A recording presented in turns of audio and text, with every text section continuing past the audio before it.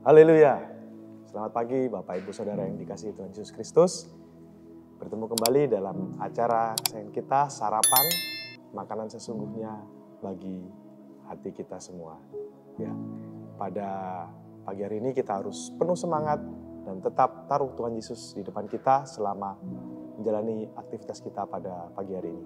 Sebelum kita memulai aktivitas, mari kita mendengar berkat yang disiapkan Tuhan untuk kita yang berjudul Apakah Tuhan itu adil? Pertanyaan sederhana ini muncul saat kita menemukan suatu kejadian yang membuat kita bertanya seperti itu. Ya, ada seseorang yang bertanya kepada kami karena waktu itu dalam acara komunitas.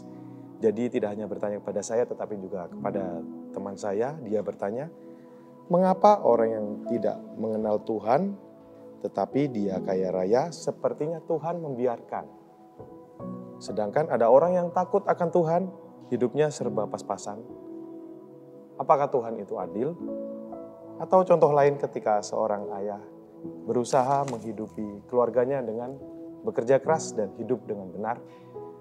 Namun saat memikirkan orang-orang yang meraih kekayaan dengan jalan tidak sah atau bertentangan dengan hukum, ia bertanya-tanya, apa gunanya berusaha hidup benar?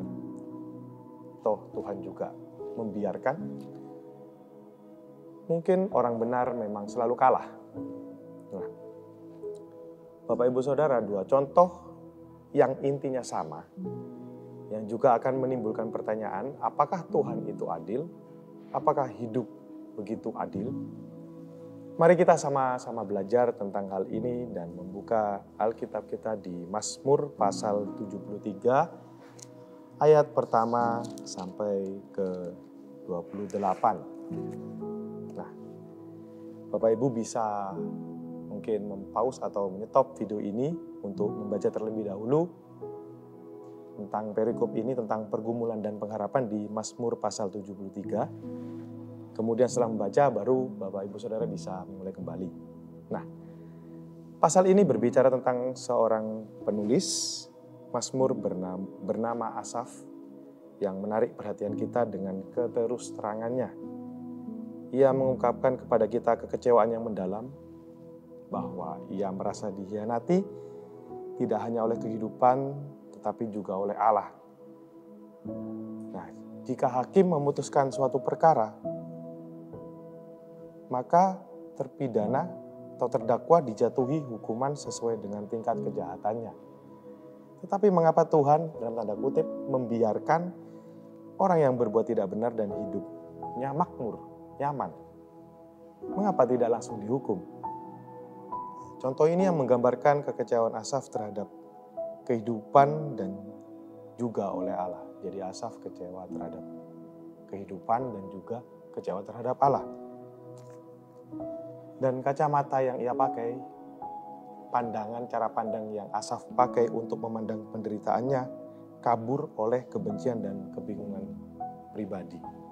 Intinya berpusat pada diri sendiri. Penggambaran kekecewaan Asaf terlihat jelas pada ayat 2 sampai yang ke-14. Ayat yang ke-13 saya bacakan berkata, sia-sia sama sekali aku mempertahankan hati yang bersih dan membasuh tanganku tanda tak bersalah. Asaf bertanya-tanya apakah usahanya untuk hidup bagi Allah sia-sia belaka.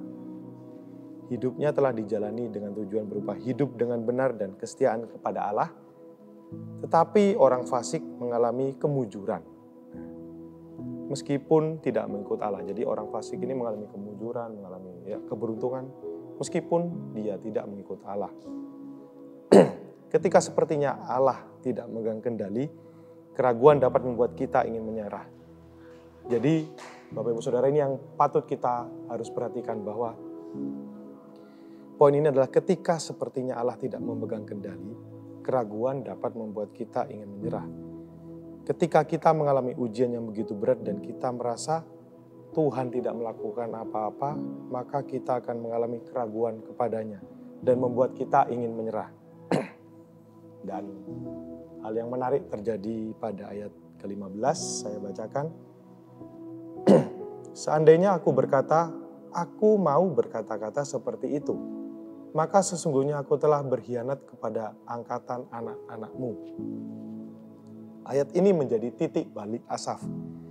Asaf menahan diri untuk tidak menyatakan semua ketakutan dan keraguannya karena ia memikirkan dampak negatif yang mungkin timbul pada sesama anak Allah. Karena hikmat sejati dalam pikirannya mengatasi keraguan dan ketakutannya. Ya. Kemudian di mana Asaf mendapatkan jawabannya? Di mana Asaf mendapatkan jawaban pada titik balik ini? Jawabannya adalah pada ayat 17. Sampai aku masuk ke dalam tempat kudus Allah dan memperhatikan kesudahan mereka. Dalam bahasa Indonesia masa kini, dalam bahasa Indonesia masa kini, akhirnya aku masuk ke rumah Tuhan. Lalu mengertilah aku kesudahan orang jahat. Terkadang kita tidak mendapatkan jawaban sebelum kita masuk dalam hadirat Allah. Pengalaman Asaf menyatakan demikian. Jadi kita kembali kepada judul awal yang berupa pertanyaan, apakah Tuhan itu adil? Jawabannya adalah ya.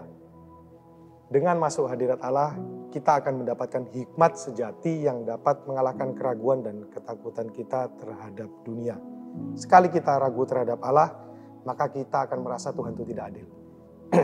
Tetapi kalau kita menaruh Tuhan di atas segala-galanya bagi hidup kita, maka kita akan mendapatkan hikmat sejati yang dapat mengalahkan keraguan dan ketakutan kita terhadap dunia, terhadap apapun juga. Ya, sekian berkat pada pagi hari ini, kiranya dapat memberkati Bapak Ibu Saudara dan memberikan semangat untuk menjalani aktivitas pada hari ini. Terima kasih, Tuhan Yesus memberkati.